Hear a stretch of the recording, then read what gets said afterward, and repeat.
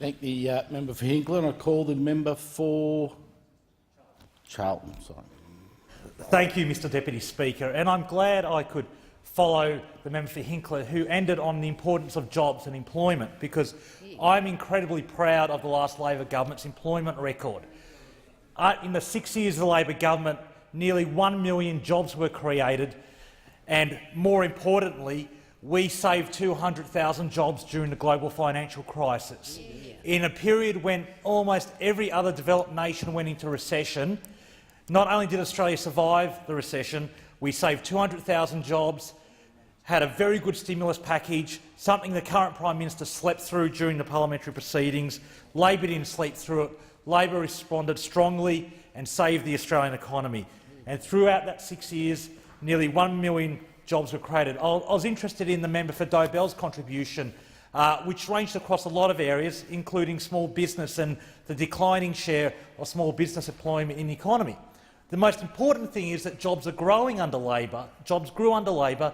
Nearly 1 million jobs were created, whether they're small business jobs, jobs in medium-sized enterprises or large enterprises. The most important thing is that jobs were created. And sadly, we can't say the same thing under the current government, where 63,000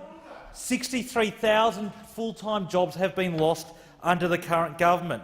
And we've seen the ripping out of the heart of manufacturing. We've got the economic geniuses over the other side. The Prime Minister, a man, Mr Costello, said you couldn't trust on economics. A man of great economic learning. He learned at the feet of B.A. Santa Maria, no less. A man who, when confronted with Holden saying before the election, if you cut funding to the automotive industry, we will leave. That's a very sophisticated message, really hard to interpret that message. If you cut funding, we will leave. Well, what was their policy? Cut $500 million from the automotive industry assistance. What happened? Holden announces they leave. Gone. Decimating the North Adelaide economy. Without Holden there providing critical mass for the supply chain, Toyota had no choice but to leave as well. So in 6 short months, we had, under the economic genius of the Prime Minister, the entire automotive industry going. 50,000 direct jobs going and 200,000 another indirect jobs going, destroying a key part of our manufacturing sector in only 6 months. Quite an achievement. If it was intended, it was a great achievement because they went at it with great purpose.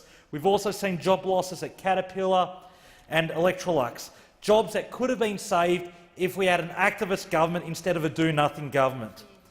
Another part of this MPI, Mr Deputy Speaker, is about the importance of infrastructure and providing investment certainty in infrastructure and providing appropriate market incentives to encourage investment in infrastructure. Well, this government believes in neither the market or predictable policy. Its gutting of Infrastructure Australia proves that point. By giving the minister the power to redirect funds away from vital infrastructure projects towards projects that he chooses on a political basis, we are seeing the end of evidence-based infrastructure funding and more pork barrelling. Not a surprise that it's come from the government that brought us the regional rorts affair. I'm sure everyone on this side will be very familiar with some of those great efforts. For example, $433,000 going to Coonawarra Gold for a project that was never built, run by a state Liberal candidate in South Australia. Grants went to a cheese factory that closed down, to build a rail line that burnt down, and to a pet food factory that never opened. This litany of regional rorts was great, and you can't expect anything else under the National Party, who glory in some sort of regional rorts.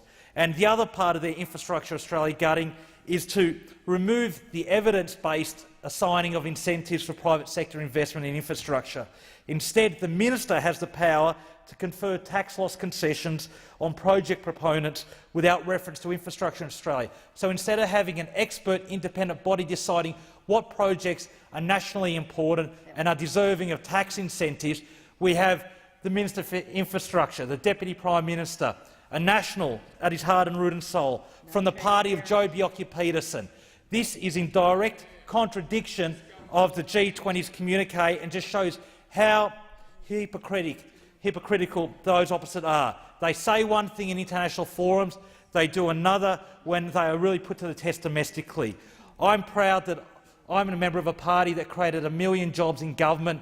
Those on the other side stand condemned for for 63,000 job losses in 6 short months. Thank the member for Charlton.